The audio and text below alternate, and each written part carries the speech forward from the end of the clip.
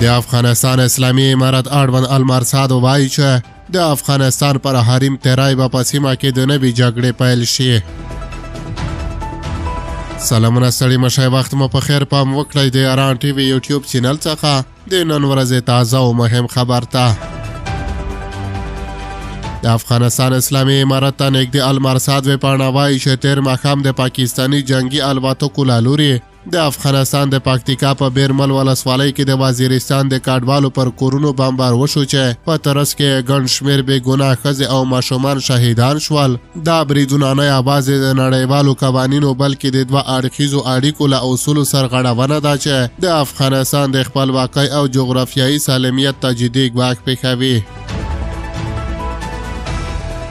دغه ویبپاڼې لیکلي پاکستاني ادارې ادعا کوي چې په دې بریدونو کې د تحریک طالبان پاکستان ټي ټي پي قومندانان هدف ګرځولي دي، خو حقیقت دا دی چې دا ټولو دروغ دي او د پاکستاني ادارو لخوا خپرې شوي ګنګوسې دي. هدف شوي کسان هغه وزیرستاني کډوال و چې د پاکستاني پوځ د عملیاتو له امله خپل کورونه پریښي او د څو کالونو راهیسې په افغانستان کې د کډوالۍ ژوند کوي.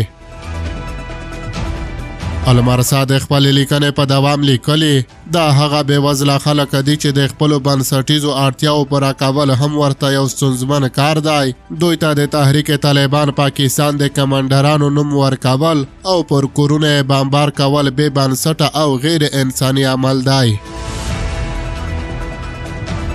لیکنه وړاندې زیاتوي چې پاکستان په تیر کې هم څو واره داسې د اصولو خلاف ورزۍ کړې دي او له دې مخکې هم د ټي ټي پي د څو قومندانانو د وژلو ادعاوې کړې دي چې بیا وروسته غلطې ثابتې شوې.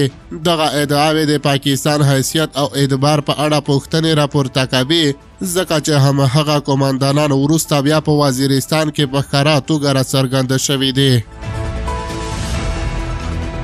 د المرصاد په باور پاکستان ته دغه بې بنسټه ادعاوې نه یوازې حیثیتي زیان رسوي بلکې هغه کسانو ته په زخمونو مالګې اچول او د دوی درد او غم زیاتول دي چې په دغو بریدونو کې خپل ژوند او مال له لاسه ورکړی دی. دغه بریدونه د ځمکنیو حقایقو پر خلاف دي او د سفارتي او سیاسي ستونزو د حل پر ځای یې ستونزې نورې هم پیچلې کړي دي. د اسلامي امارت اړوند ویبپاڼه لیکي که افغانستان د دغه بریدونو په ځواب کې اقدام وکړي چې دا د خپلواکۍ د ساتنې لپاره یو قانوني حق دی، نو دا د ټولو عواقبو مسؤلیت باید د پاکستان پر غاړه وي. افغانستان یو خپلواک هیواد دی چې د نړۍ د لویو قدرتونو په مقابل کې خپل خپلواکي او سالمیت ساتلی دی، نو بیا دا څنګه ممکنه ده چې د پاکستان لخوا کېدونکي تیري په وړاندې بې ځوابه پاتې شي. د المرصاد لیکنې له مخې د پاکستان داسې اقدامات نه یوازې د دواړو هیوادونو د اړیکو ته زیان رسوي بلکې داسې غیر مسؤلانه عمله په سیمه کې د یو نوي کړکېچ او جګړې ښکار کوي. د افغانستان حکومت به خپل عکس العمل د خپل ملي وقار او نړیوالو قوانینو پر اساس وښیي. که دغه کړکېچ پراخه شي نو د سیمې امن او ثبات به زیانمن شي او پاکستان به د عسکري، سیاسي او اقتصادي بیه پرې کړي.